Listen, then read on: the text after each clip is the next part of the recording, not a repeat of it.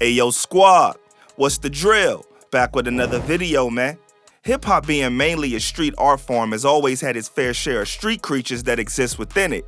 Most of them aren't even rappers. For the most part, these people are street and gang gatekeepers and professional extortionists by trade. Since the 80s, where the streets were more intertwined in the rap game than ever, rappers have been subjected to the power of these OGs and are often forced to succumb to their will. In the past, these guys and gals were existing in the shadows with very little media clout attached to their name. However, with the addition of the social media and softening of the rap game, these people have been able to make names for themselves and become well-known celebrities in their own right, often for the wrong reasons. The most recent culprit of this phenomenon is none other than the infamous West Coast character Wack 100. This man has been a mainstay on media platforms for the past few years, and it is hardly anything positive. So today, we're gonna break down just how Mr. Wack became the most hated man in hip-hop. So without further ado, let's skip the play and get down to business.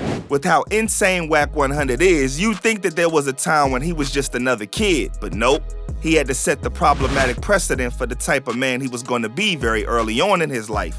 Wack was born Cash Jones on April 7th, 1978, and grew up in Pacoima, California. Times were simpler back then, and kids were much more likely to fall into the gangs, and he was no different.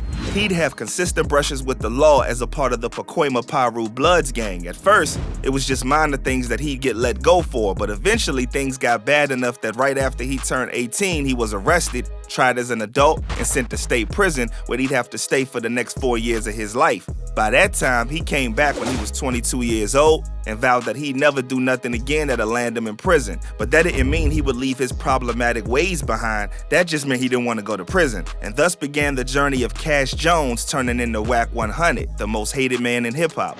Wack 100 hit the ground running when he got to Hollywood. He believed that he had an eye for talent and that he could be great at managing people if he had the chance to do it. Soon enough, he had roped in Brian Birdman Williams to work with him on the projects, and the two took off. After Wack 100 had already managed a few different artists, he was offered a $20 million deal with Universal Music Group. With that money backing him up, he was able to work with artists such as Blueface, one that actually made it big after signing with him. It was clear that this man had an eye for talent, but while he was great at being a mentor, he had also began to unleash his inner toxicity for others, and his downfall into being the most hated man in hip-hop began. One of the most major online controversies he had was when he badmouthed Master P after he had gone on Nick Cannon's show and given money advice. He basically said that Master P isn't the big shot that he was 2 decades ago, and that Nick Cannon had far more money than him, so he can't even compete with him on a bad day, let alone give him advice on money matters. He claimed to know that Master P was broke, so he should stay away from giving people advice, which landed him in hot waters with the hip-hop community, as well as getting the whole world talking. I didn't say nothing until he said something to Nick Cannon about. But what about the money blood making? Let him land. Yo, my nigga, one night you can't.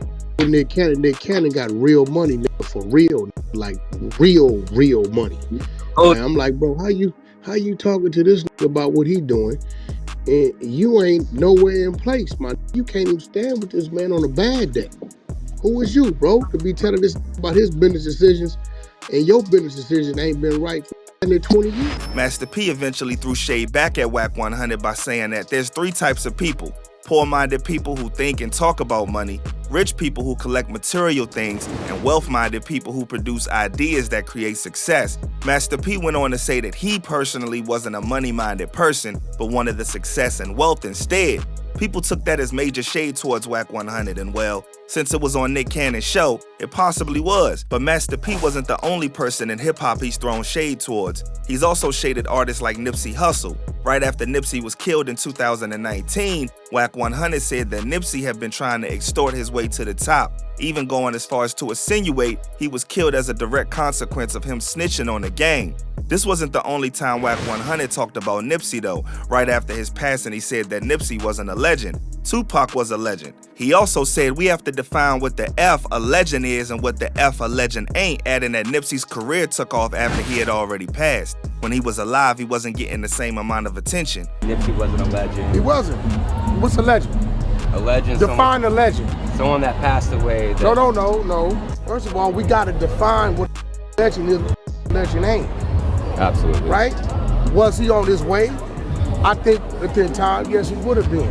But at the time of his demise, which is kinda true. The statements didn't really go over well with the public and the hip-hop community as a whole. Things got so bad that he even got punched by Nipsey's bodyguard at one point. Wack went on to reiterate later that he didn't say that Nipsey wasn't talented, just that he couldn't just give anyone the legend status. There has to be an extended body of work for somebody to be considered a legend. He had a few joints that I personally felt should have went. I named the joints. Yeah. I think if he would have been around long enough, a little longer, maybe he could have got to that status. Right.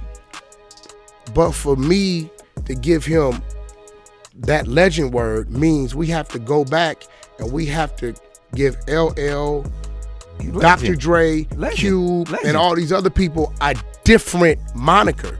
At this point, Wack 100 had already found his way to the bad side of just about everyone. He became the name of controversy, the one that didn't care about saying anything to anyone just as long as his name was being thrown around. Keeping up with that theme, it's no surprise that he ended up working with Tekashi 6ix9ine, the man that just riddled himself with controversy. With that, Wack would find himself being called out left, right, and center. But the one name that stands out is Jim Jones. Jim joined the clubhouse and called and said, "You a soft.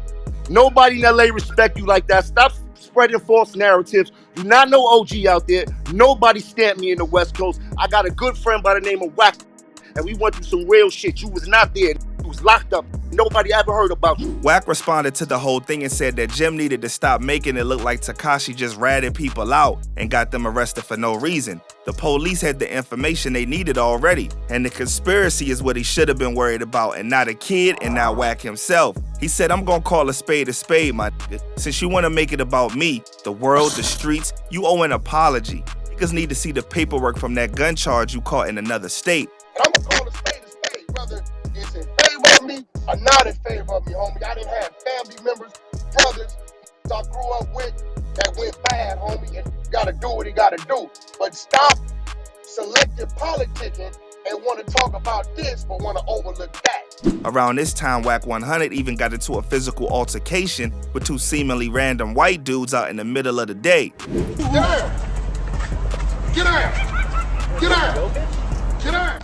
Some thought the whole fight was just to show that Wack isn't all words. If he had to get physical, he would, and nothing would stand in his way. But then again, people think that it's unlikely that he could hold well if one of the people he really called out decided to get on the road and show up. Just when you think that Wack 100 was done going after people, he decided to go after none other than Ray J and Kim K. He claimed that there was still some unreleased footage of Kim and Ray that he had acquired while working with Ray, and that the world had never seen it, adding that it was better than the first one. Joking around about the whole thing, he went on to say that Kim and Kanye are getting divorced and he's willing to release it to Kanye, totally free as an NFT. This statement alone brought back the ghost of the tape that Kim K had been fighting long to leave behind. This Kanye, holla at me, bro. We got part 2 on the laptop, ain't never been seen. We'd love for you to have it. It'd be a great personal private NFT. The whole debacle even made it to the new Kardashians reality show, where pop-ups of the alleged tape showed up on Kim K's son's iPad while he was playing Roblox. She was horrified by the possibility of the tape coming back to haunt her now that she had finally moved on with her life. On the other hand, Ray J was trying to get away from all of the mess. He summed it all up in one tweet saying, "This needs to stop. I also got kids." He didn't want to be associated with the tapes or anything of that sort. He just wanted the whole thing to go away. Wack eventually ended up getting Kanye access to the old laptops and footage that he had anyway through Ray J, and Kanye delivered it to Kim so she could keep it or destroy it as she pleases.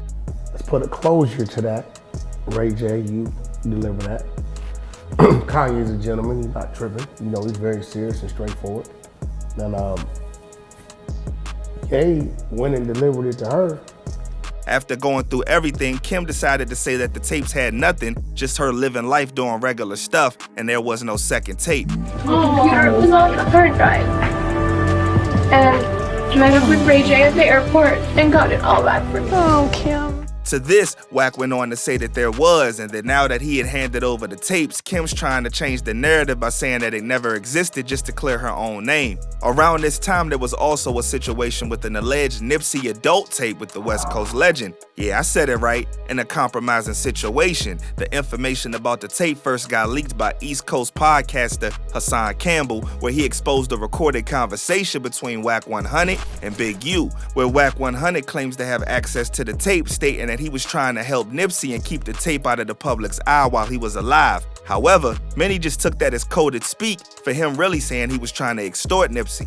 Nothing has really materialized from that situation, so for now, we just gonna let Nip rest in peace. One thing's for sure, Wack 100 has always gone after people that had trend-worthy names, whether it's Master P, Tekashi, Nipsey, Ray J and Kim, or Kanye. No matter what he does, he's able to get his name into the news even if it's at the expense of somebody else, making him hip-hop's most hated man, for now.